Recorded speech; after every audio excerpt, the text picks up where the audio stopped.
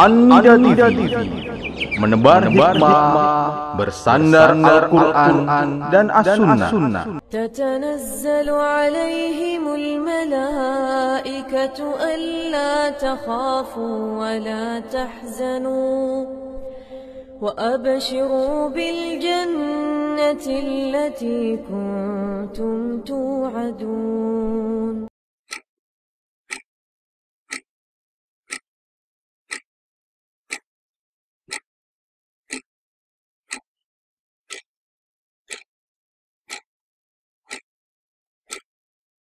Assalamualaikum warahmatullahi wabarakatuh.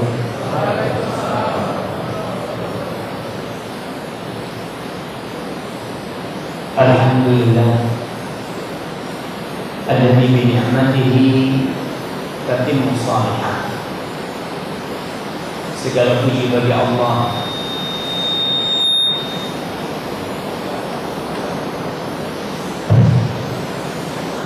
Segala puji bagi Allah Jalla Jalaluhu yang karena nikmatnya kebaikan-kebaikan menjadi sempurna.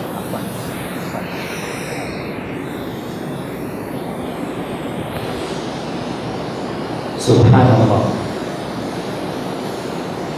Di antara nikmat agung yang Allah berikan kepada hamba adalah kita bisa datang ke rumahnya dalam kondisi hujan sekalipun. Ada orang-orang yang tatkala langit begitu jernihnya, udara begitu nyamannya, tapi yang jadi masalah hati tidak tergerak untuk datang ke rumah Allah. Allahumma salli wa sallim wa zid wa barik wa an'im ala sayyidina wa maulana Muhammad wa ala alihi wa ashabihi ajma'in. Ya Allah, semoga salawatmu, salam, berkah dan nikmatmu senantiasa kau curahkan untuk hamba kekasihmu, untuk manusia terindah yang Allah utus sebagai suri tauladan bagi umat manusia, untuk baginda Nabi kita Muhammad sallallahu alaihi wasallam, dan untuk keluarga beliau, untuk istri-istri beliau, untuk putra-putri beliau, dan untuk seluruh sahabat Nabi radhiyallahu taala anhum ajma'in. Yang terutama untuk Abu Bakar As-Siddiq, untuk Umar bin Khattab, untuk Utsman bin Affan, dan untuk Ali bin Abi Thalib radhiyallahu taala anhum ajma'in. Amma ba'd.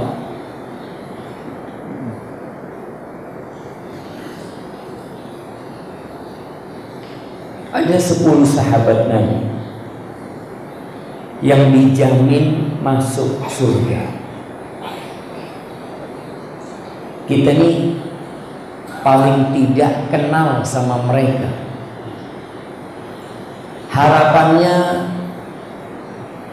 orang yang kenal dengan orang-orang soleh akan dikumpulkan bersama mereka. Siapa yang menyebutkan jamaah? Anak kasih hadiah 10 sahabat Nabi yang dijamin masuk surga. Disebutkan dalam satu hadis, Masya Allah. Nah, Abu Bakar, Utsman, Umar, Ali, Talha. Talha itu anaknya siapa? Kalau kita lihat namanya sahabat ini nggak ada yang sendirian. Baik, Abu Bakar, Umar bin Khattab, Utsman bin Affan, Ali bin Abi Thalib, Talha bin Ubaidillah, Abdurrahman bin Auf, Sa'ad bin Zaid, Sa'ad bin Zaid, Sa'ad bin Abi Waqqas, Sa'id bin Zaid, Abu Ubaidah, Amir bin Jarrah. Nah, tinggal satu lagi. Udah selesai. Zubair bin Awwam. Masya Allah. Dia ke belakang sana. Masya Allah. Bapak, ibu-ibu rahimakumullah. air yang turun dari langit itu tanda-tanda kebesaran Allah. Tapi terkadang air yang turun dari langit tidak membuat kita tambah dekat sama Allah. Rasul sallallahu alaihi wasallam, beliau itu apabila turun hujan, baru turun nih hujan, beliau itu dibuka kepalanya, penutup kepalanya dibuka supaya kena butiran-butiran air itu. Ketika ditanya, kenapa kau lakukan itu wahai Rasul SAW? Beliau mengatakan, innahu hadithu ahdin bi rabbih. Nih, ini baru turun dari sisi Allah Subhanahu wa ta'ala.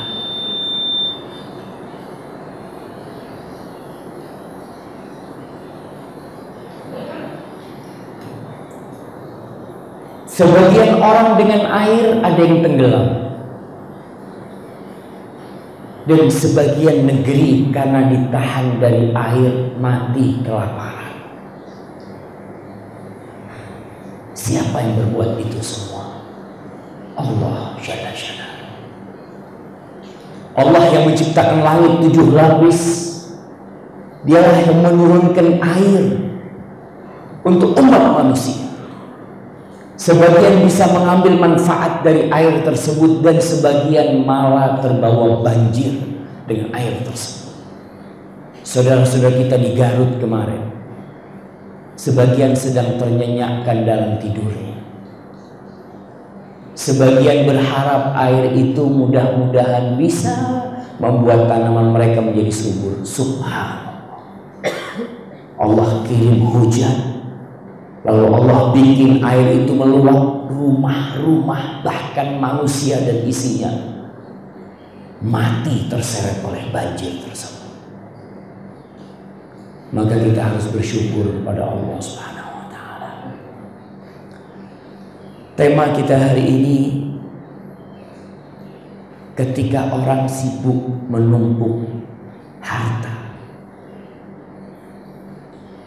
Pada suatu hari, Shaddad ibn Aus Abu Ammar radhiyallahu ta'ala anhu, seorang sahabat Nabi. Dalam hadis yang diriwayatkan Al-Hakim, Imam Ahmad dan Tabrani, dan hadis ini sahih. Dia dalam perjalanan bersama sahabat-sahabatnya. Sampai satu tempat mereka ngomong, kita sarapan dulu nih. Udah pada turun dari ontanya, dari kendaraannya, mereka pada mau sarapan. Akhirnya Shaddad bin Aus mengatakan, mana makanan kita? Yuk kita main-main sama makanan tersebut, kata dia. Lalu dia tersadarkan, subhanallah, sejak anak beriman dengan Rasul SAW, setiap kali anak mau ngomong itu mesti mikir, cuma saat ini kok bisa keluar dari mulut anak kita main-main dengan makanan? Nikmat yang Allah berikan. Lalu Shaddad mengatakan kepada para sahabatnya, pada suatu hari Rasulullah sallallahu alaihi wasallam bersabda kepadaku. Dia mengatakan, ya Shaddad ibn Aus, idza ra'aita an-nas iktanazu adh-dhahaba wal-fidda fabtanis anta tilkal kalimat. Wahai Shaddad ibn Aus, kalau engkau melihat manusia sudah sibuk menumpuk emas dan perak, bukan mencari emas dan perak, tapi sudah masuk tingkatan menumpuk. Orang kalau sudah menumpuk ini, banyak di antara kita yang tidak pernah menikmati harta. Dia kerja, lelah, capek, tapi bukan untuk dia. Rasulullah SAW pernah berkata kepada para sahabatnya, ayyukum malu ghairihi ahabbu ilaihi min mali. Siapa di antara kalian yang harta orang lain lebih dia cintai daripada harta dia sendiri? Pernahkah kita jamaah eman-eman sama mobilnya tetangga? Ada melihat tetangga mobil, ya Allah, pagi hari mandiin mobilnya tetangga. Ada. Karena dia cinta sama tetangga. Kata para sahabat, nggak ada orang yang hartanya orang lebih dia cintai kepada harta dia sendiri. Tentu dia lebih cinta kepada harta sendiri. Kata Rasulullah SAW, kalian lihatlah harta kalian itu yang kalian makan, kemudian jadi kotoran. Ma akaltahu fa'afnain, itu harta kan. Wa ma labistahu fa'ablih, yang kau pakai lalu menjadi kusut, kusam dan usang mungkin, itu harta. Kemudian yang ketiga, wa ma tasaddaqta fa'amdait au abqait, yang kau sedekahkan lalu itu kau simpan. Orang yang bersedekah sebenarnya menyimpan, itu yang hartamu. Adapun sisanya bukan milikmu. Sisanya bukan milikmu. Yang kau tempatin bukan milikmu. Kendaraan, sebagian di antara kita memiliki sertifikat tanah. Di sana punya tanah, di situ punya rumah, di situ ada toko. Itu harta kita. Kata Rasulullah, milik orang semuanya itu, cuma pinjam nama sama kau sekarang. Maka kadang-kadang kita tidak sadar, kita merasa memiliki ini, punya itu. Lah, kau nggak punya apa-apa. Karena terbukti ketika kau mati, selesai, ditinggal. Maka Rasul SAW mengingatkan kepada Syaddad, kalau kau sudah melihat orang-orang itu sibuk menumpuk jamaah harta yang tidak dia manfaatkan untuk dirinya, tapi dia manfaatkan, dia punya tanah di situ, dia punya rumah dia sewakan, dia punya toko dia sewakan, hasilnya buat rumah Allah, hasilnya buat jalan Allah, berarti punya dia tuh hartanya. Apa sikap kita? Dan kita melihat sekarang ini manusia sudah bukan di tingkat mencari rizki, tapi menumpuk rizki yang dia tidak memanfaatkan rizki tersebut. Yang menjadi ukuran sudah mobil yang dipakai, baju yang dikenakan, jam tangan, model zaman orang jahiliyah. Di surat Al-Fajr Allah menceritakan bagaimana tuh orang jahiliyah. Fa'ammal insanu idza mabtalahu rabbuhu fa'akramahu wa na'amahu fayaqul rabbi akraman. Ini model orang-orang jahiliyah dulu. Kalau sudah dibukakan pintu rezeki buat dia, dimuliakan, dapat kedudukan di masyarakat, jadi orang yang banyak hartanya, apa kata dia? Rabbi akraman, Tuhanku memuliakan aku. Buktinya apa? Buktinya ini, Allah limpahkan rezeki kepada aku, Allah berikan rumah, Allah luaskan nikmatnya kepada aku. Maka orang ini beranggapan Allah memuliakan dia. Wa amma idza mabtalahu faqadara alaihi rizqahu fayaqulu rabbi ahana. Sebaliknya, kalau rizkinya disempitkan, usaha susah, sampai makan pun susah, rumah dari dulu ya tetap di situ nggak pernah berubah, orang ini mengatakan rabbi ahana, Tuhanku menghinakan aku.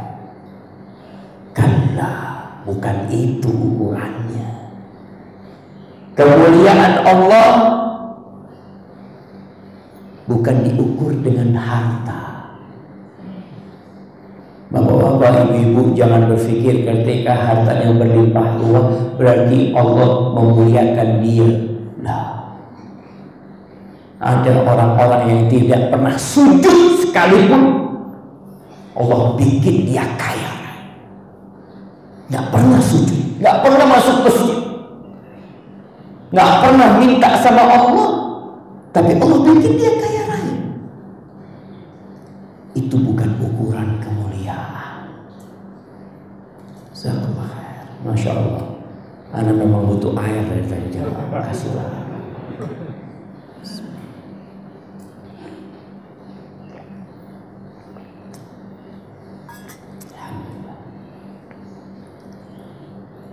Kita biasanya ngukur orang lewat harta, melihat jamnya.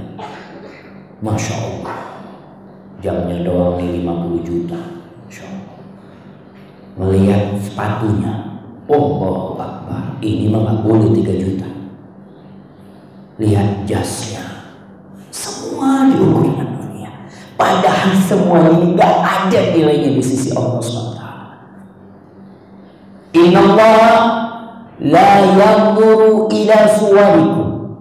Allah itu tidak melihat kepada rupa kalian, nggak dilihat. Baju yang dipakai nggak dilihat. Terus yang dilihat apa? Yang dilihat itu innama yanzuru ila qulubikum wa a'malikum. Yang Allah lihat itu hati kalian dan amal perbuatan kalian. Kita hidup di era subhanallah yang membuat orang itu tidak pandai bersyukur kepada Allah. Di kanan kiri kita melihat gedung-gedung yang tinggi. Bukannya nggak boleh orang mau bikin gedung tinggi, boleh fadl. Orang Islam mau kaya, Masya Allah. Tapi jangan sampai engkau itu nggak menikmati hartamu. Itu yang Islam tidak inginkan. Kita dibodoh-bodohin sama harta. Suruh tumpuk. Coba kita lihat, Allah itu sering mengingatkan kita tentang harta di surat-surat pendek. Wailul likulli humazatin lumazah. Kata Allah, celaka orang yang suka mengumpat, suka mencela. Siapa orang kayak gitu tuh?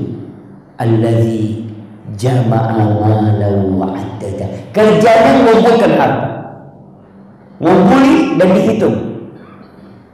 Sebagian di antara kita, Masya Allah, setiap saat dilihat ATM-nya berapa, Masya Allah, 200 juta, Alhamdulillah. Bulan depan dilihat 250 juta, Alhamdulillah. Bulan depan terus sampai ber-M uang dia. Setelah itu mati. Yahsabu anna malahu akhlada. Dia mengira hartanya bisa menambah umur, bisa membuat dia kekal hidup di dunia. Nah, nggak bisa, nggak bisa. Berapapun harta yang dikumpulkan, kita udah lihat jemaah. Tapi kita kadang-kala terpesona dengan dunia ini, dengan menumpuk harta itu. Wa innal insana li hubbil khairi lasyadid. Manusia itu, Allahu Akbar, cintanya kepada harta benar-benar mati cintanya kepada harta.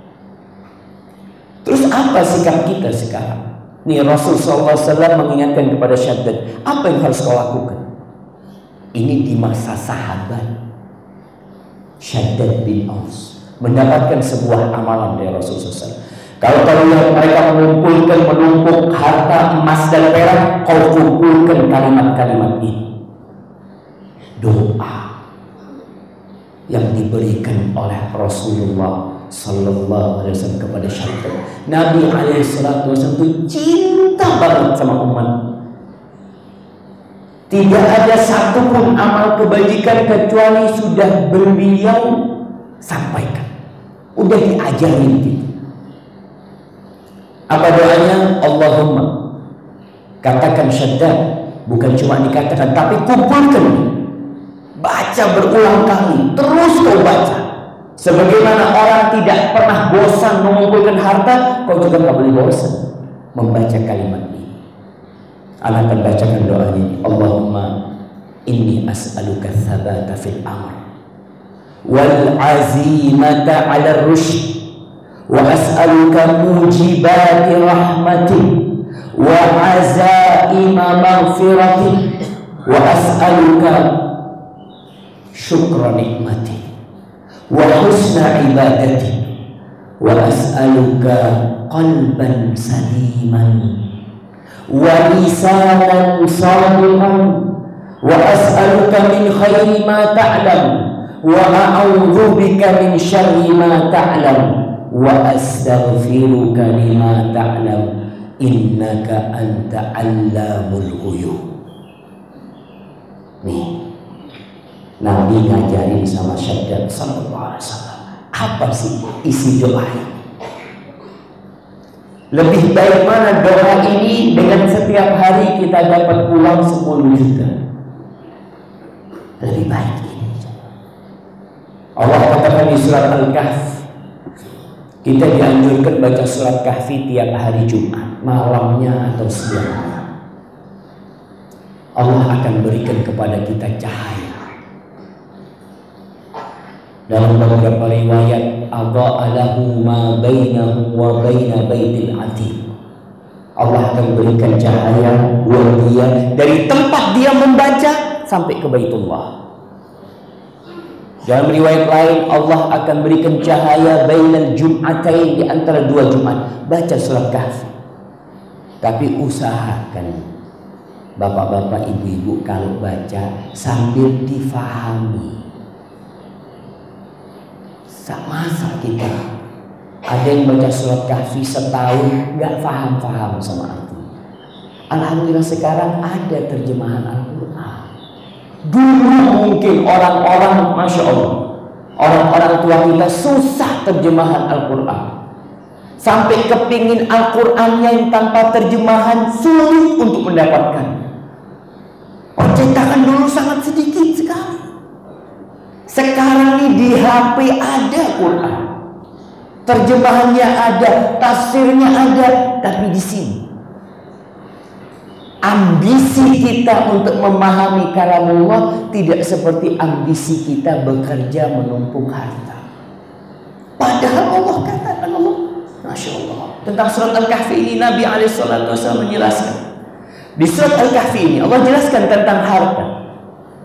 Allah mengatakan al-malu wal banun zinatul hayatid dunya wal baqiyatus salihatu khairun 'inda rabbika thawaban wa khairun amala.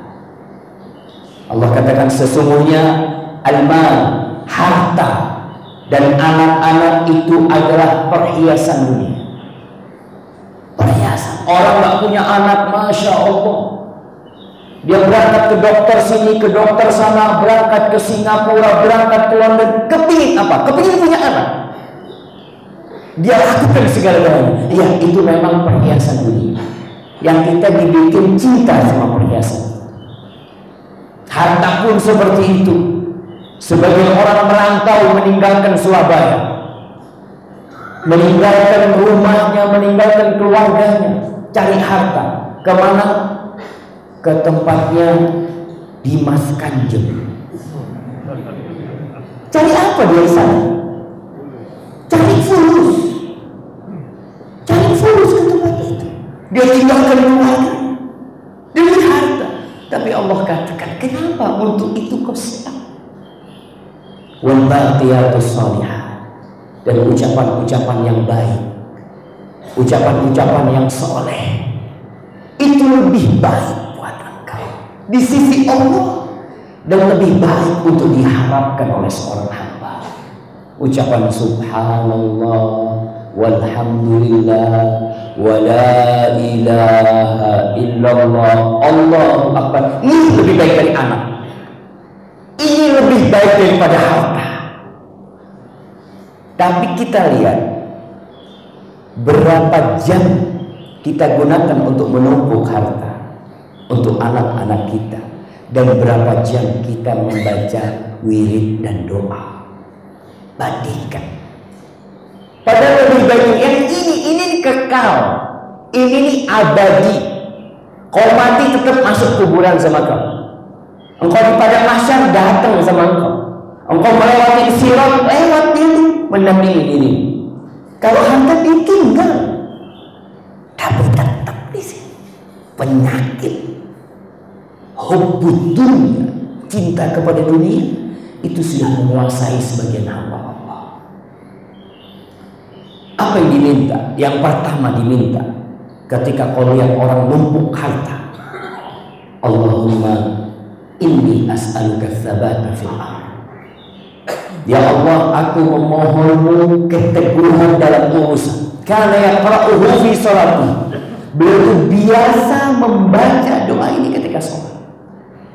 Di sholat itu ada waktu-waktu mustajab. Ketika sujud, sebelum salam, itu termasuk waktu mustajab. Nabi seringkali membaca ini dalam sholat-sholat beliau. Karena pentingnya doa ini. Kalau beliau baca, masa kita nggak baca? Ini doanya satu. Apa? Rabbana atina fid dunya hasanah wa fil akhirati hasanah wa qina adzabannar. Bagus itu doa, betul. Itu doa kebaikan dunia dan akhirat. Tapi kita kalau kepingin rumah, kenapa kita detail? Kita nggak pernah ngomong kalian cuma kepingin rumah. Kita urusin pintunya. Anak mau pintunya dari kayu jati. Dulu orang bikin rumah 7 hari selesai. Masya Allah. Cerita syekh-syekh, ya cerita kiai-kiai dulu. Orang kalau mau bangun rumah habis sholat Jumat, pengumuman, anak mau bangun rumah, siapa yang bisa bantu anak? Datang tuh orang dari masjid, bantuin orang itu bikin rumah. Sehari, 2 hari, 3 hari selesai. Sekarang bertahun-tahun dan mari-mari rumahnya. Karena kita kepingin yang kayak gini, kepingin kayak gitu. Doa Rabbana atina fid dunya hasanah, itu doa yang sangat mulia. Tapi Nabi tidak hanya membaca doa itu. Nabi yang udah dijamin masuk surga, Nabi nyuruh Syaddad untuk ngumpulin doa ini. Allah, ya Allah, aku memohon kepadamu ketetapan dalam urusan. Dalam urusan apa? Dalam semua urusan. Dalam urusan dunia, Allahu Akbar, kita butuh ditetapkan hatinya. Banyak orang sekarang hidup penuh dengan kegalauan, tidak bisa memilih mau kemana, bingung dalam hidup, minta ketetapan sama Allah. Yang kedua, dalam urusan agama, kita sering mendengar Allahu Akbar. Kemarin saya dari Manado, ada teman-teman yang cerita, Ustaz, di sini banyak orang-orang Arab yang nggak banyak sih, ada beberapa yang masuk ke Kristen, orang Arab. Ada yang bangsanya Asgaf, ada yang bangsanya Mar'i, ada bin Waqid, dia sebutkan sama Subhanallah, masuk Kristen. Kita jangan berpikir merasa aman, oh kalau anak aman insya Allah sampai mati Islam. Siapa yang menjamin? Nggak ada yang menjamin. Sebagian orang gara-gara nonton televisi, gara-gara kenalan sama teman dapat berapa bulan jadi kafir. Dan kebanyakan yang masuk ke agama, yang pindah agama itu gara-gara perkawinan. Ini salah satu modus yang terjadi di masyarakat. Kita minta ketetapan, kita suruh baca anak kita, nak baca doa ini, nak, minta ditetapkan. Dan ketetapan yang paling penting juga ketika kita sudah mati, belum selesai urusannya. Orang jangan berpikir mati selesai urusan. Nah, Allah mengatakan yutsabbitullahu alladziina aamanu bil qawli tsabiti fil hayatid dunya wa fil akhirah. Allah tetapkan, Allah teguhkan orang-orang yang beriman dengan perkataan yang penuh dengan keteguhan.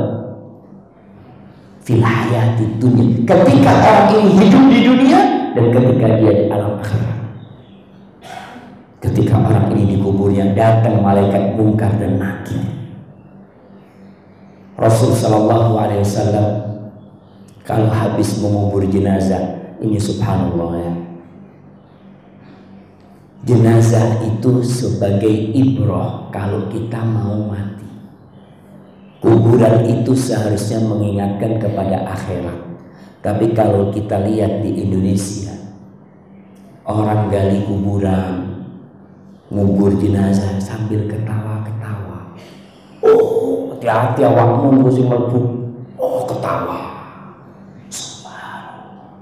Nih, yang kata Rasul Sallallahu Alaihi Wasallam ketika memerintahkan kita untuk ziarah kubur, fa innaha tudzakirul akhirah. Itu mengingatkan kalian kepada kematian, kepada akhirat. Selesai Rasul SAW, Masya Allah, di masa Nabi SAW, kuburan itu seni-senyap.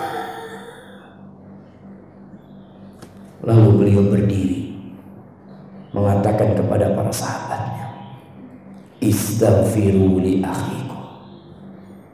Kalian mohonkan ampun kepada Allah untuk saudara kalian. Wasallallahu lahu tatsbih, dan mohonkan kepada Allah agar dia ditetapkan. Kenapa? Fa innahu an yus'al, dia sekarang lagi ditanya, dia di situ. Kalau ditanya dalam kondisi seperti sekarang, ibu-ibu ditanya, ibu agamanya apa? Islam. Tuhannya siapa? Allah. Nabinya siapa? Muhammad SAW. Bisa kita jawab. Tapi kalau sekarang ibu-ibu dikeluarkan dari rumahnya, diseret dari rumahnya, orang-orang preman-premannya dimasukkan ke sebuah ruangan gelap, lalu ibu-ibu ditanya, siapa namamu? Dari mana kamu? Itu kadang-kadang orang nggak bisa jawab, karena dia takut. Makanya orang-orang kadang-kadang kalau nanya, biarkan dulu, biar tenang, jangan ditanya dulu. Jangan ditanya dulu.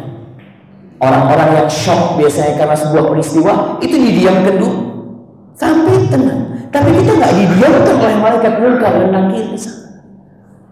Wajah mereka yang begitu menakutkan, kita didudukkan, ditanya, man rabbu.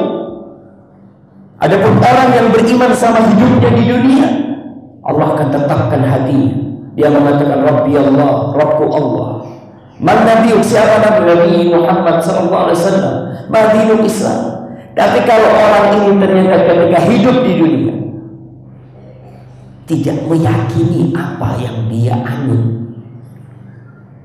Ada orang-orang Islam yang tidak yakin dengan Islam, ikut-ikutan Islam. Maka ketika dia ditanya, man Nabi, siapa nabimu? La adri. Sami'tun nas yaqulun faqultu. Kata dia, nggak tahu aku. Tapi aku mendengar orang ngomong kalau nabinya Muhammad SAW, maka aku pun ikut ngomong Muhammad SAW. Tapi tidak ada keyakinan. Maka kita perlu menumbuhkan keyakinan itu. Perlu kita belajar siapa sih Allah itu yang tiap hari kita minta. Siapa sih Nabi Muhammad SAW dan apa itu Islam? Sebagian di antara kita memikirkan Islam itu yang penting sholat 5 waktu. Islam itu yang puasa di bulan Ramadan. Nah, itu beberapa rukun Islam. Tapi Islam ini adalah pedoman hidup semuanya. Makan kita harus Islam. Tidak sedikit rumah-rumah orang yang berduit makannya pakai tangan kiri. Bukan cuma orang berduit, orang-orang miskin juga sebagian makannya dengan tangan kiri. Ngakunya Islam. Apa hubungannya Islam sama makan dengan tangan kiri? Allahu Akbar. Di sini kita perlu yakin dengan ajaran kita. Kita minta ditetapkan. Kita juga minta ditetapkan ketika melewati sirat. Ketika orang-orang melewati sirat yang lebih kecil, lebih tajam dari pedang, dan lebih tipis dari rambut, kita harus melewati itu. Kita melewati itu bukan dengan kepandaian kita, dengan amal perbuatan kita. Maka doalah, minta kalau sudah melihat orang, Allahumma inni as'aluka tsabata fil amr. Ya Allah, aku minta ketetapan dalam semua urusan dunia, urusan agama, dan urusan akhirat kita. Hal kedua yang diminta oleh Rasulullah SAW adalah wal azimata 'ala rusyd. Ya Allah, aku memohon kepadamu semangat di atas kebenaran. Banyak orang yang tahu kebenaran tapi tidak dilakoni. Oh, tahu saya. Oh, itu sunnah. Iya, tahu sunnah. Kok tidak dilakoni? Ya belum aja, belum dapat hidayah. Kita banyak ngerti agama. Ini sudah tingkatannya orang faham, orang belajar, tapi tidak punya semangat untuk beramal. Kita faham tuh pahala sholat berjamaah ke masjid. Insya Allah masyarakat di sekitar masjid ini paham. Kalau di rumah dapat 1, di masjid dapat 27. Tapi kok tidak dilakoni? Di sini kita minta sama Allah supaya kita itu dikasih semangat, keinginan untuk mengamalkan kebenaran yang kita ketahui. Bukan cuma tambah wacana. Karena sebagian ilmu itu berbahaya buat kita. Sudah tahu pahalanya. Coba urusan dunia. Umpamanya dikatakan bapak kalau buka warung di depan rumahnya, tiap hari untung 1 juta. Kalau bapak buka di depan masjid, untungnya 20 juta. Berangkat dilakoni. Berangkat. Betul kata Rasulullah SAW.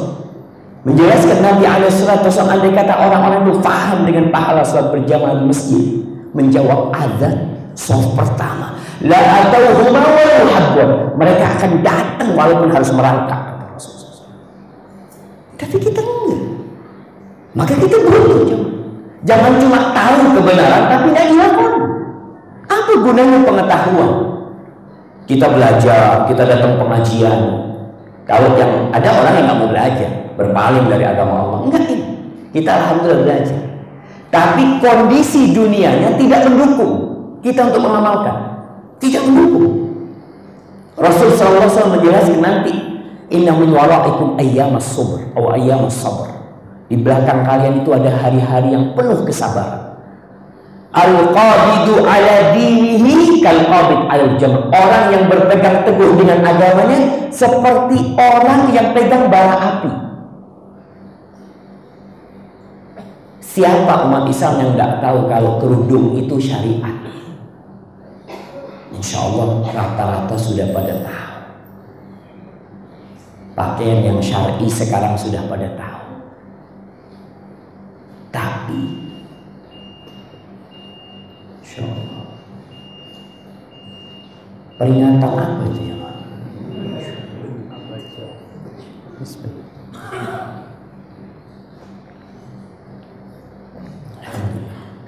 Maka jemaah kita minta sama Allah supaya kita tahu kemuliaan baca Quran. Kita tahu bahwasanya tingkatan kita di akhirat, ini yang sudah tahu. Tingkatan orang di akhirat itu sesuai dengan jumlah hafalan Quran. Sebagian di antara kita umurnya 50 tahun tapi hafalan Qurannya nggak pernah nambah. Kalau fulus kepingin nambah. Kalau urusan uang, masya Allah nih. Urusan jabatan, kalau dikatakan oleh atasannya, kau kalau kepingin naik jabatan, sekolah lagi dia. Tinggal 6 bulan ikut training kemana, ikut supaya derajatnya di dunia naik, di akhirat nggak pernah dipikirin. Kita tahu cuma kalau yang nggak tahu tidak kasih tahu, tapi yang sudah tahu ini minta sama Allah. Karena memang zamannya ini zaman bukan untuk beramal. Orang yang berpegang teguh dengan agama seperti pegang bara api, nggak kuat jemaah. Dihina orang, dicela orang, diasingkan sama orang. Apa Apalagi Masya Allah, saya masih ingat punya ustadz dulu pakai jenggot. Kita belum jenggot, ada ustadz pakai jenggot di pesantren. Allah, mudah-mudahan kita diampuni semua oleh Allah. Itu teman-teman nulis di tembok, karena ada ustadz habis training balik lagi. Ustadznya Masya Allah tegas banget, semoga Allah menjaga beliau. Itu ditulis di temboknya pondok, kambing welcome to kandang. Allahu Akbar. Seperti itu. Padahal kita anak pesantren dulu. Kita anak pesantren. Kalau anak pesantren kayak gitu, kita tahu itu sunnah Rasul SAW. Tapi kita mulai menghinakan orang yang seperti itu. Maka coba kita minta kepada Allah, wal azimata ala rusyad, ya Allah. Jangan sampai semangat tapi yang diamalkan enggak benar. Ada orang-orang yang semangat seperti anak-anak muda sekarang yang mungkin mereka bergabung dengan ISIS. Mereka punya semangat untuk beramal, tapi laisa ala rusyad, bukan di atas kebenaran. Ya, ini zaman fitnah. Kita itu kadang-kadang abu-abu, yang benar yang mana saja. Semua ngakunya benar. Kita jadi bingung orang. Tuh, yang pertama tadi doanya, ya Allah, aku minta ketetapan, ya Allah, jangan sampai salah langkah. Yang kedua, kita minta semangat tapi di atas kebenaran. Allahu Akbar. Ada dua, kemarin saya baca di berita, dua anak muda suami istri naruh bom di badan di Turki, jemaah. Dia mau ngebom suatu daerah tapi ketahuan sama polisi. Dia lari dikejar. Dan dia mengebom diri, menghancurkan dirinya di tempat nggak ada orang. Mati dua orang. Kenapa? Semangat tapi tidak di atas kebenaran. Dan kita takut. Orang-orang yang modal semangat tapi ternyata yang dilakoni tidak benar. Kita takut jangan sampai seperti firman Allah, hal ataka hadithul ghashiyah wujuhu yawma idzin khashiyah amilatun nasibah tasla narun. Amilah, Allah sebutkan di penghuni neraka. Salah satunya, mereka bekerja lelah tapi masuk neraka. Na'udzubillah. Mudah-mudahan kita diselamatkan. Kemudian doa yang ketiga yang diminta, was'aluka mujibati rahmati. Ya Allah, aku memohon kepadamu semua yang mendatangkan rahmat-Mu. Rahmat yang dicari. Allah itu rahmatnya meliputi segala sesuatu. Dan agama Islam diutus sebagai rahmatan lil alamin. Tidak ada satupun ajaran Islam kecuali menunjukkan itu rahmat Allah Jalla Jalla. Kita diminta sama Allah semua yang menyebabkan Allah mengasihi kita. Kenapa diminta oleh Rasul SAW rahmat? Karena masuk surga pun dengan rahmat Allah. La yadkhulu ahadukumul jannah bi'amalihi. Kata Rasul Sallallahu Alaihi Wasallam, tidak ada satupun di antara kalian yang masuk surga sebagai pengganti amalannya. Nggak ada. Cantum di diri kita, nggak ada orang masuk surga sebagai pengganti amalan. Kalau dia beramal digantiin surga sama Allah, nggak ada. Para sahabat bertanya, hatta anta ya Rasulullah Sallallahu Alaihi Wasallam, sampai engkau pun wahai Rasulullah, semoga selawat Allah dan salam tercurahkan untuk beliau, engkau pun tidak akan masuk surga dengan amalanmu. Hatta ana, sampai aku pun, illa ayyataghammadani Allah birahmati, kecuali dalam satu kondisi, Allah meliputi aku dengan rahmat, baru aku bisa masuk surga.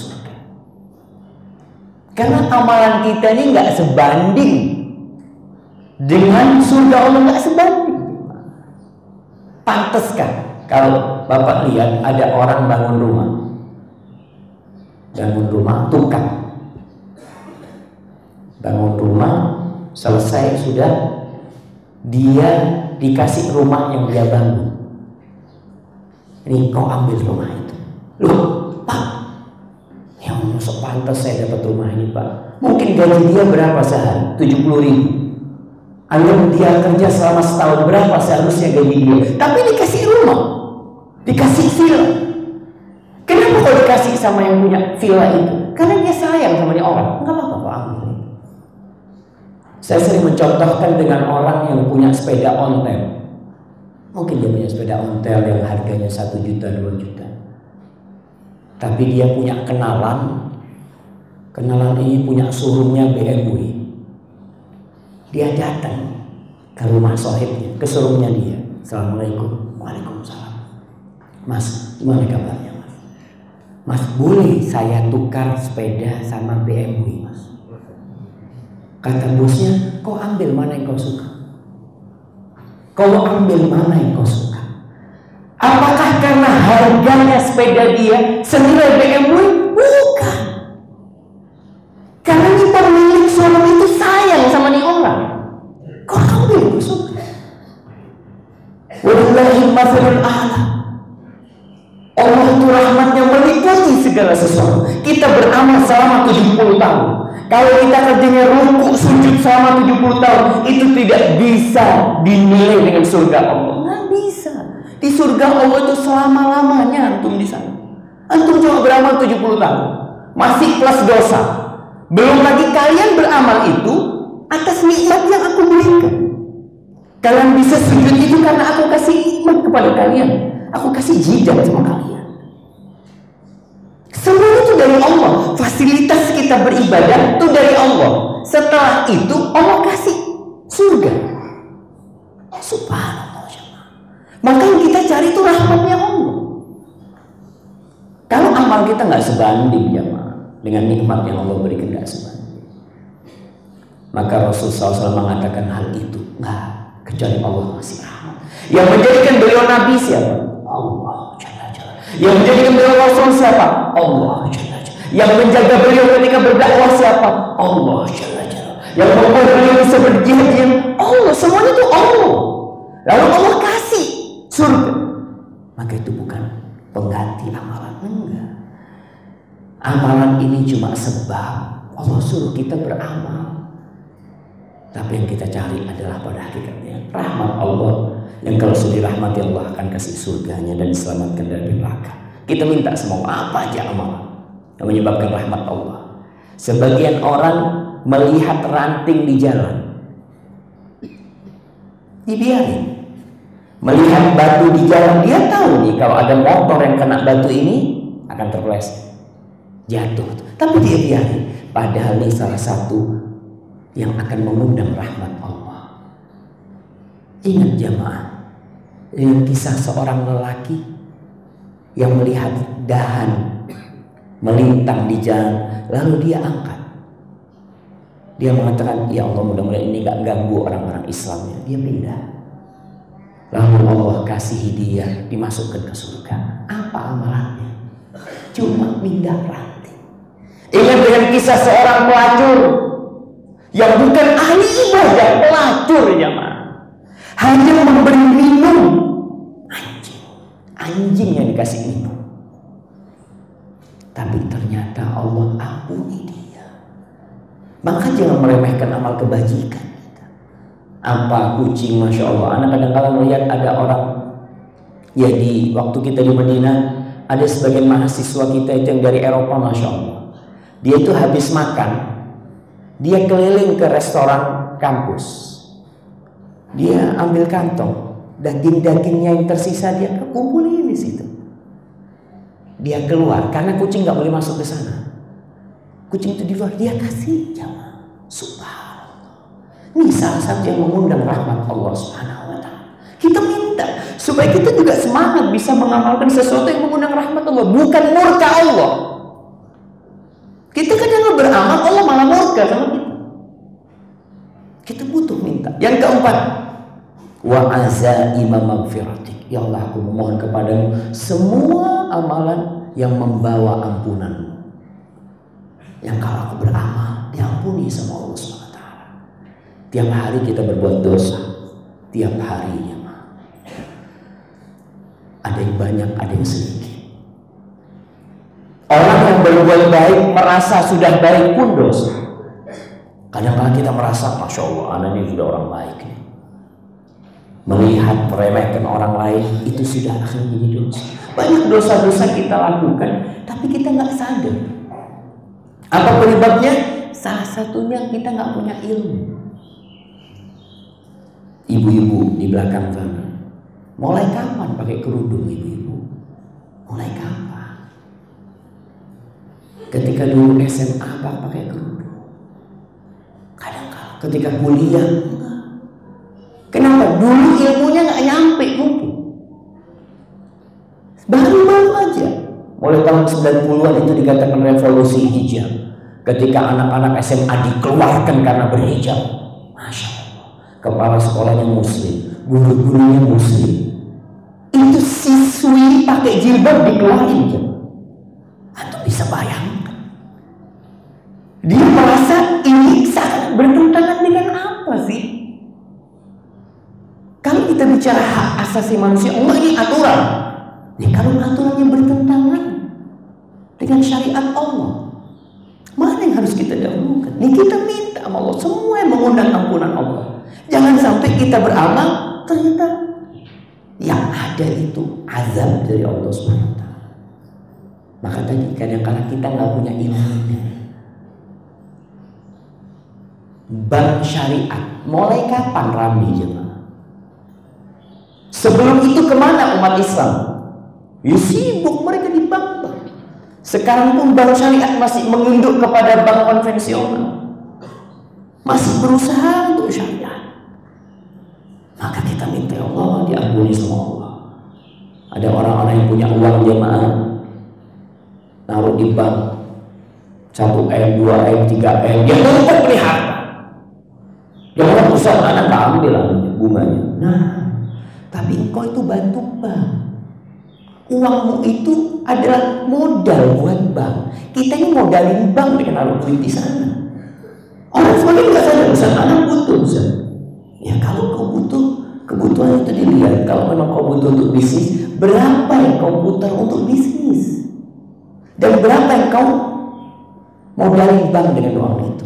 Ada orang punya uang 10 miliar, yang dia putar untuk bisnis cuma 3 miliar. Yang 7 miliar kemana? Dia modalin bank, seneng banget. Kalau ada orang yang duit banyak di bank, Masya Allah, antum datang ke bank dibukain pintu sama bank. Silakan. Sampai ada seorang cerita sama saya, Masya Allah, saat anak kalau ke bank besar, manajernya turun bukain pintu.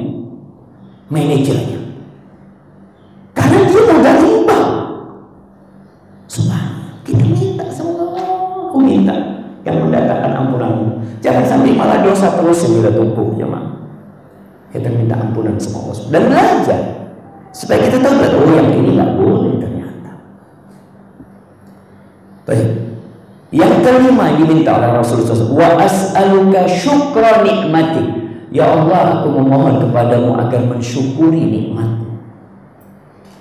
Karena nih zamannya orang nggak bersyukur.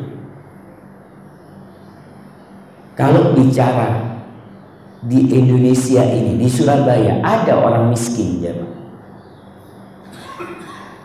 Miskin yang tidak bisa makan 3 hari. Miskin yang cuma pakaian 1, punya sarungnya doang. Hampir sulit kita dapat. Orang-orang sudah bajunya banyak. Kalau urusan makan, ya Allah. Dulu motor itu, ya wallahu a'lam, saya cuma dapat ceritanya. Tahun 80-an di Jember itu kira-kira yang punya mobil sekitar 5 orang. Ya 70-80 ke bawah. Yang punya motor hanya beberapa orang. Sekarang kemarin dapat informasi, tiap tahun motor yang terjual itu 3 juta lebih. Dan di desa-desa, rumah orang desa itu, Masya Allah, pakai ketek motornya 2. Tapi masih banyak yang nggak bersyukur. Kita pun kadang-kadang tidak pandai bersyukur. Iblis ketika bersumpah kepada Allah hendak menyesatkan manusia, salah satu poin yang paling utama buat dia syukur. Iblis mengatakan wala tajidu aktsarahum syakirin. Engkau akan dapatin kebanyakan hamba-hambamu tidak bersyukur. Kebanyakan. Dan Allah pun menceritakan wa qalilun min ibadiyasy syakur, sedikit dari hambaku yang pandai bersyukur. Ya kita minta nih sama Allah, minta ya Allah agar kita bisa bersyukur kepadamu ya Allah. Di antara bentuk syukur yang paling dalam nih, kalau kita mau lihat syukur yang paling dalam ini adalah tatkala seorang hamba meyakini kalau dia bersyukur pun karena Allah SWT. Diceritakan tentang Nabi Sulaiman atau Nabi Daud. Allah berfirman kepada keluarga Daud, "Ihmalu ala Daud syukra." Wahai keluarga Daud, kalian beramallah sebagai bentuk syukur kalian. Nabi Daud berdoa, "Ya Rabb, kaifa ashkuru?" Ya Allah, gimana aku akan mensyukurimu? Wa syukru minka, aku bisa bersyukur ini pun karena Engkau ya Allah. Aku ini bisa bersyukur, aku bisa angkat tangan, bisa berdoa, bisa mengatakan ini karena Engkau ya Allah. Maka dikatakan al-an balagta syukur. Sekarang engkau baru sampai puncaknya syukur. Ketika orang yakin bukan cuma rumahnya, bukan cuma usaha dia bisa sholat pun karena Allah Subhanahu wa ta'ala. Ini sudah puncaknya syukur. Jangan seperti Qarun yang selalu mengatakan ketika ditanya dapat dari mana kau harta yang banyak. Kata Qarun, "Innama utituhu ala ilmin 'indi." Aku nih kayak gini, bisa kayak gini karena aku belajar. Aku sekolah. Aku dapat ilmu sehingga aku bisa kaya. Subhanallah. Banyak profesor-profesor yang miskin. Kadang-kadang profesor ahli ekonomi miskin. Anak lulusan SD kaya raya. Emangnya rezeki itu karena ilmu? Lah. Allah yang ngasih. Maka Allah hancurkan kaum. Allah tenggelamkan kaum bersama hartanya. Sehingga peringatan buat orang-orang yang merasa kaya karena usaha dia. Nah, usaha bisa sama jemaah. Berapa banyak orang-orang sama buka warung, yang satu tutup, yang satu tambah kaya.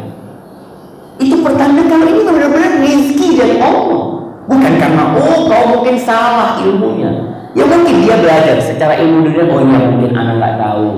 Tapi pada akhirnya sebagian tutup, Ustaz mungkin rezeki anak bukan di sana. Memang. Dokter, Masya Allah, yang satu ramai, yang satu sepi. Apa penyebabnya? Rezeki. Maka kita memohon kepada Allah, ya Allah, bantulah aku untuk mensyukuri nikmat. Khususnya orang yang sudah umur 40 tahun. Anak mau kasih hadiah. Doanya orang umur 40 tahun. Yang jawab yang 40 tahun. Umur berapa mas? Oh 43. Jadi 3 tahun yang lalu sudah baca doa ini. Ya apa?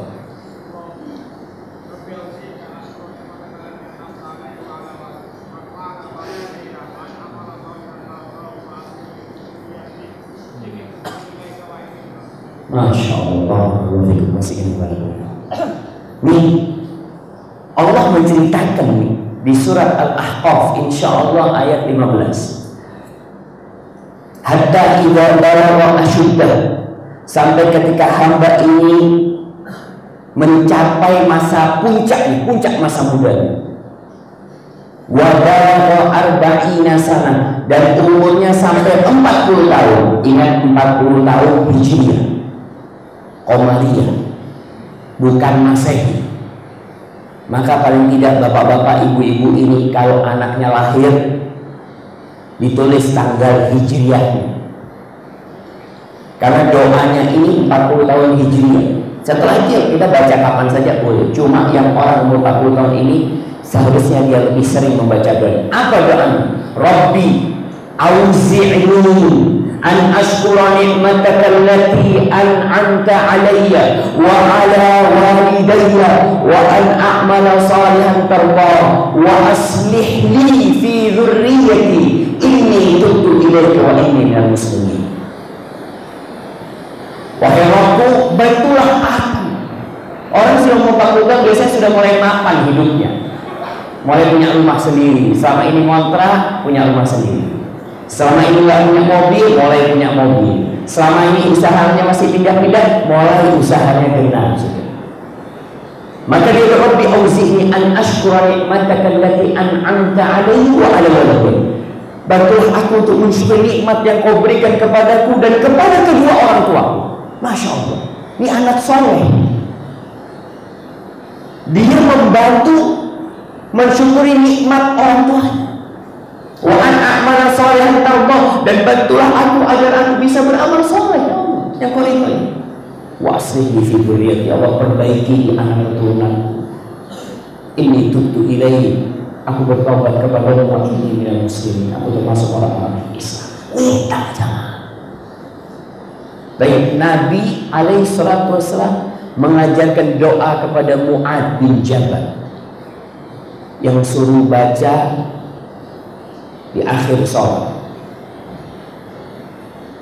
Apa doa? Berkaitan dengan syukur.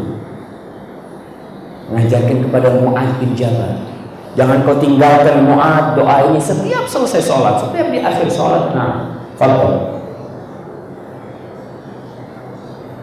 Barakallahu fiik. Allahumma a'inni ala dzikrika wa syukrika wa husni ibadatik.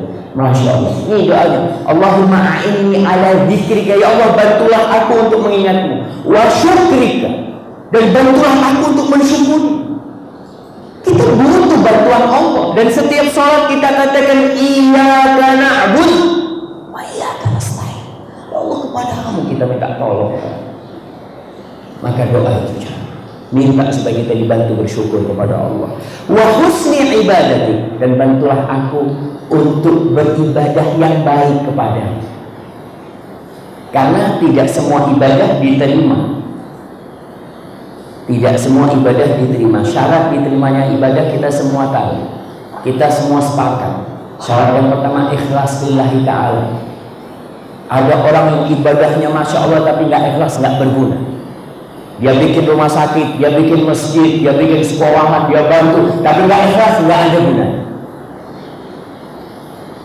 Ada orang ikhlas lillahi ta'ala tapi salah ibadah, tidak sesuai dengan tuntunan Rasulullah SAW. Salat subuh 4 rakaat, boleh apa nggak boleh jemaah? Salat subuh 4 rakaat, salat jemaah. Kalau nyuri sandal di masjid, iya, saya tahu nggak boleh. Masa salat subuh 4 rakaat nggak boleh? Kan lebih baik daripada 2 rakaat. 2 rakaat kan pahalanya 2, kita 4 rakaat. Nggak diterima sama Allah. Makanya ibadah yang baik itu standarnya sudah jelas. Apa standarnya? Ya syariat Nabi Muhammad SAW. Puasa. Ada di Indonesia ini puasa, ya di beberapa kitab dijelaskan. Puasa 40 hari. Ada dalam Islam puasa 40 hari? Nggak ada. Ustaz, kenapa nggak boleh puasa?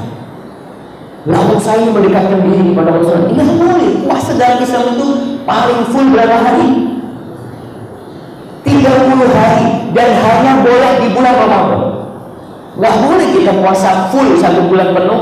Rasulullah SAW nggak pernah puasa sebulan penuh, kecuali di bulan Ramadan. Maka kita perlu isi baca supaya jangan sampai ibadah kita salah. Kita memohon, ya Allah, bantulah aku ibadah yang benar. Sholatnya kita perlu tanya. Ya, sama. Saya pun Islam keturunan. Yang dulu sholatnya asal sholat. Saya masih ingat, diajarin sama ibu saya, kalau habis salam, habis assalamualaikum, itu sujud lagi, berdoa. Karena doanya orang yang sujud dikabulkan oleh Allah SWT. Ya, namanya kita nggak belajar, ya dilakoni terus. Setiap habis sholat, assalamualaikum, assalamualaikum, kita sujud. Anak, bukan kita anak ya. Ikut sujud. Keluarga dia jadi kayak gitu sama ibu tuh. Ternyata pemahamannya ini nggak tepat untuk hadis Rasulullah SAW. Kalian kalau sujud banyak-banyak berdoa. Kalau sujud apa? Sujud sholat, bukan bikin sujud sendiri. Kalau Allah menjelaskan sujud itu yang di luar sholat cuma ada 3. Yang pertama sujud tilawah, yang kedua sujud syukur, yang ketiga sujud sahwi, ada yang setelah salam dilakukan. Ini yang ada. Kalau kita bikin sujud sendiri nggak boleh. Ketika sholat kau banyak-banyak berdoa. Di sini kita perlu belajar lagi, memohon kepada Allah agar ibadah kita benar. Perlu kita tanya ibu-ibu yang sudah umurnya 60 tahun, bapak-bapak yang umurnya 60 tahun, coba merenungkan sabda Nabi alaihi salatu wassalam dalam hadis riwayat Tabrani. Beliau mengatakan, inna rajulan la yusalli salata 60 sanah wa lam tuqbal lahu shalah. Ada orang yang sholat selama 60 tahun, satu pun sholatnya nggak ada yang diterima. Satu pun sholatnya nggak ada yang diterima. Kenapa? Yutimmu ruku'ahu wa la yutimmu sujudah. Yutimmu sujudahu wa la yutimmu ruku'ahu. Orang ini asal-asalan sholatnya. Sujudnya sempurna, rukuknya nggak sempurna. Rukuknya sempurna, sujudnya nggak sempurna. Dan ini terjadi di masa Rasulullah SAW. Nabi pernah lagi di Masjid Nabawi, ada sahabat yang masuk masjid, sholat dia. Habis sholat, datang menjumpai Rasul SAW. Apa kata Nabi SAW? Sholli, fa innaka lam tusalli. Kau sholat lagi, kau belum sholat. Bayangkan. Nabi mengatakan, kau belum sholat. Akhirnya sahabat ini sholat lagi. Setelah sholat, menjumpai Nabi SAW. Nabi kembali mengatakan, sholli fa innaka lam tusalli. Oh, balik sholat, kau belum sholat. Antum bisa bayangkan, sahabat di depan Rasul SAW. Seharusnya dia sholatnya kan bagus banget kan, karena lagi diperhatikan sama Rasulullah SAW. Setelah assalamualaikum, ketiga kali dia datang. Assalamualaikum ya Rasulullah. Nabi SAW mengatakan, sholli fa innaka lam tusalli. Kau sholat lagi, kau belum sholat. Akhirnya sahabat ini nyerah. Ya Rasulullah, la uhsinu ghayra. Ya Rasulullah, aku nggak bisa sholat lebih baik dari yang kau lihat tadi. Itu sudah paling maksimal, paling sempurna sholatku yang tadi itu. Fa'allimni, maka ajari aku Nabi gimana sholat yang benar. Baru diajarin sama Rasulullah SAW. Kita pun perlu belajar. Jangan-jangan sholatnya anak yang nggak diterima. Karena di Quran disebutkan fawailul lil musallin. Ada orang sholat celaka. Muncul image di masyarakat mengatakan, wes lah, yang penting kan sembahyang. Loh, eman-eman kalau kau sembahyang tapi akhirnya nggak diterima. Seperti orang yang bekerja di perusahaan. Yang penting Pak, saya kan kerja. Ya tidak, ada aturannya kerja di sini. Engkau harus pakai baju putih kalau mau kerja di sini. Ya Pak, baju putih, baju hitam, apa sih bedanya? Kenapa kita? Karena aturan. Akhirnya besok kita pakai baju putih. Sholat pun ada aturannya. Oh, sholat harus menutup aurat. Oh, sholat 1000 tahun tapi auratmu tidak tertutup, itu syarat sah sholat. Orang sholat nggak berwudu nggak diterima. Yang penting kan sholat enggak. Yang penting bagaimana kita berusaha sholat yang benar dan baik. Ini kita minta sama Allah. Di masa seperti ini, orang kadang-kadang ya Allah, sholat seenaknya. Orang kalau sudah sibuk cari harta, mulai zuhurnya ditarik ke asar. Asarnya nggak langsung sholat. Kenapa? Oh, Ustaz masih banyak kerja. Asarnya ditarik mau ke maghrib. Bahaya jemaah. Maka usahakan ketika adzan dikumandangkan, aktivitas berhenti. Wislah. Kalau yang punya perusahaan, ngomong sama anak buahnya, kita istirahatnya adzan. Dari adzan hitung 1 jam lautnya. waktu istirahat, supaya orang dengar azan langsung sholat. Tapi kadang-kala orang ke masjid bukan sholat, tidur di masjid, istirahat kerja, tidur, habis itu kerja lagi. Subhanallah. Baik, yang diminta yang keberapa? Yang keenam, wa as'aluka qalban saliman. Ya Allah, aku meminta kepadamu hati yang selamat. Selamat dari apa? Yang pertama, selamat dari kesyirikan.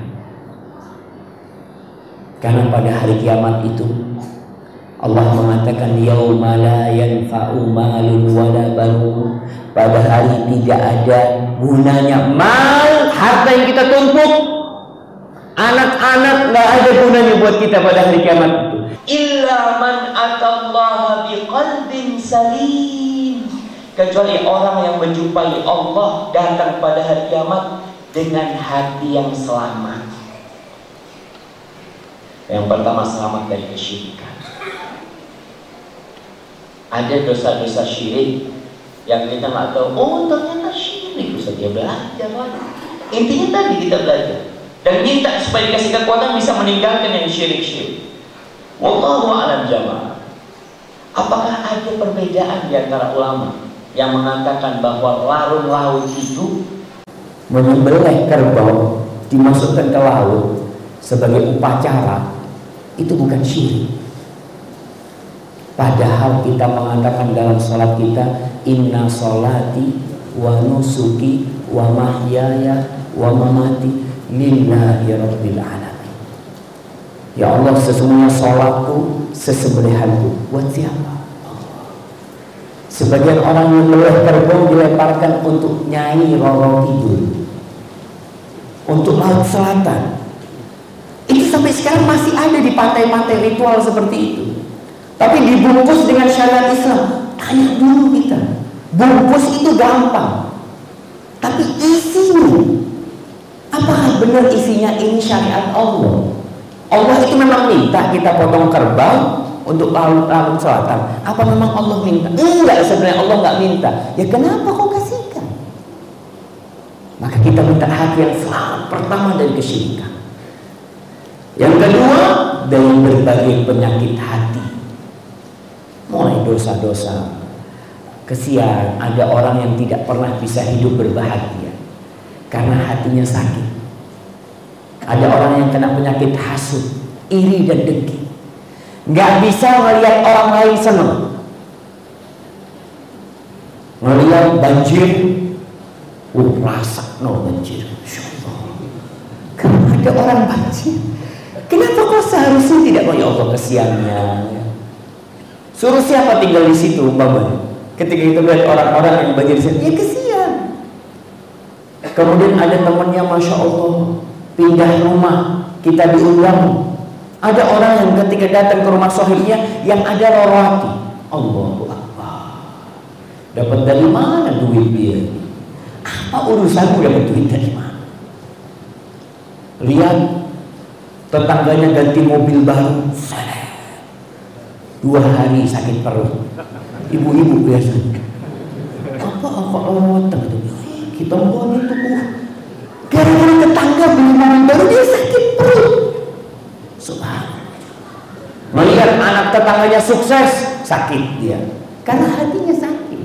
Jangan. Bersihkan hati kita. Kita minta sama Allah supaya hati kita bersih. Yang ada di situ hanya untuk Allah. Kemudian yang ketujuh, wa lisanan shadiqan. Aku memohon kepadamu ya Allah, lisan yang jujur. Karena di masa seperti ini, masa orang numpuk harta, sulit cari orang jujur.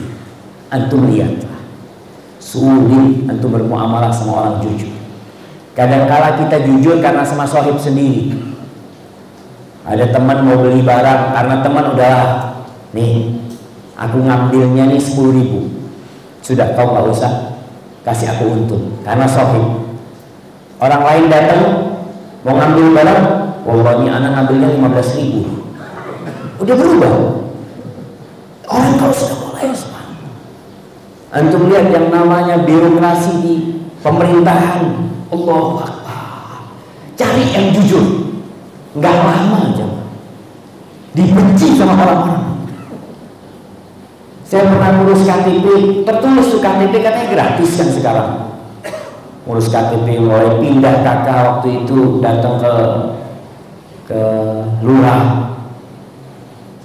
Tidak ada pungutan biaya. Di situ disebutkan, Mas, bayarannya ngisi uang kas. Berapa? 12.000. Ya, 12.000 sudah. Tanda tangannya Pak Lurah 12.000. Nanti ngambil KTP, kata dia sama lagi. Mas, kalau bisa ngisi uang kas ya. Allahu Akbar. Mana orang-orang yang jujur jemaah? Benar itu uang kas atau tidak? Maka kita berdoa untuk negeri kita. Kasihan negeri kita ini, pahit negeri kita ini. Yang bikinnya kita sendiri, orang-orang kita. Kita doakan. Ada orang mau jujur, Masya Allah, tapi anak buahnya yang gak jujur, maka doakan.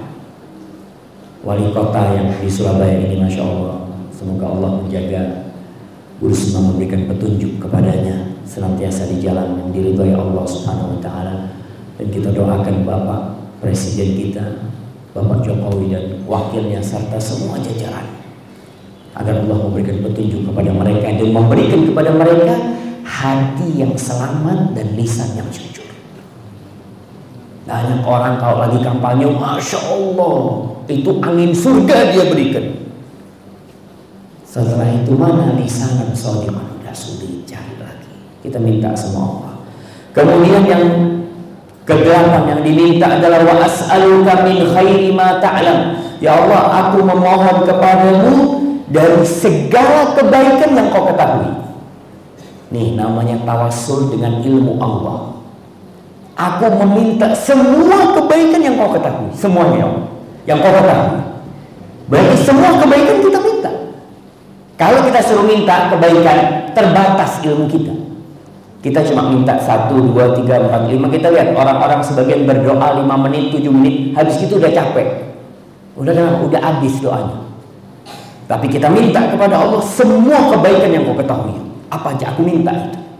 Setelah disebutkan tadi secara detail yang diminta 1, 2, 3, 4, 5, 6, 7, 8, lalu minta semua yang kau ketahui. Wa a'udzubika min syarri ma ta'lam. Dan aku berlindung kepadamu dari semua kejahatan yang kau ketahui. Apa aja ya Allah, selamatkan aku ya Allah. Karena susah kita menyebutkan satu persatu. Yang kita bisa sebutkan. Lalu kita sebutkan semuanya ya Allah. Kemudian kita memohon wa astaghfiruka lima ta'lam. Dan aku memohon kepadamu dari semua dosa yang kau ketahui ya Allah. Allah tahu dengan semua dosa. Tapi kita banyak kita melakukan dosa tidak sadar kalau itu dosa. Tapi karena kau tahu ya Allah, aku minta ampun. Kemudian yang terakhir doa ini ditutup dengan innaka anta allamul ghuyub. Ya Allah, sesungguhnya engkau itu Allamul ghuyub, maha mengetahui dengan semua yang gaib. Semua Allah maha mengetahui. Maka cuma di sini kita minta kepada Allah SWT. Baik, sebelum kita tutup, ana mau kasih hadiah. Sebutkan 5 hal yang diminta oleh Nabi Muhammad SAW dalam doa tadi. Jemaah, minta apa Nabi tadi? Alaihi salatu wassalam. Apa yang harus diminta oleh orang ketika melihat orang pada sibuk menumpuk harta? Doa tadi yang kita baca. Masya Allah. Memang yang hadir di majelis ilmu ini, antum mau jawab? Nah, fadhol. Sambil ngarepek, nggak apa-apa. Nah, baca nggak apa-apa. Yang pertama diminta apa? Yang pertama ketetapan dalam semua urusan. Iya. Yang kedua semangat dalam mengamalkan yang benar. Nah, yang ketiga meminta segala sesuatu yang mengundang rahmat Allah Subhanahu wa taala. Baik, yang keempat mohon segala sesuatu yang bisa mengampuni dosa kita. Yang kelima mohon agar bisa mensyukuri nikmat Allah SWT. Barakallahu fiikum. Baik, yang hadir ke majelis ilmu itu 3. Ada 1 yang disebut alim, orang yang berilmu. Ada yang kedua, orang yang mau belajar, muta'alim. Yang ketiga, ada orang yang namanya mustami'. Apa bedanya mustami' sama muta'alim? Anak kasih hadiah. Nah, fadhol. Yang mustami' hanya dengarkan. Kalau yang muta'alim bawa catatan. Antum termasuk yang mana?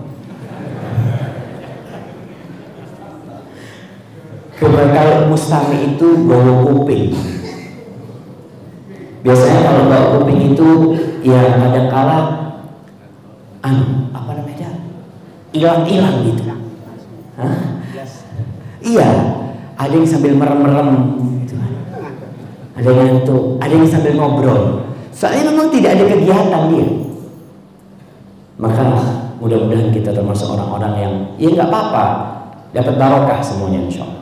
Dapat maghfirah dari Allah. Orang yang datang ke pengajian, baik itu yang berilmu, yang menuntut ilmu, yang mustami' pun insya Allah akan dapat rahmat di tempat ini. Hadza wallahu a'lam bishawab. Itu yang bisa Anda sampaikan.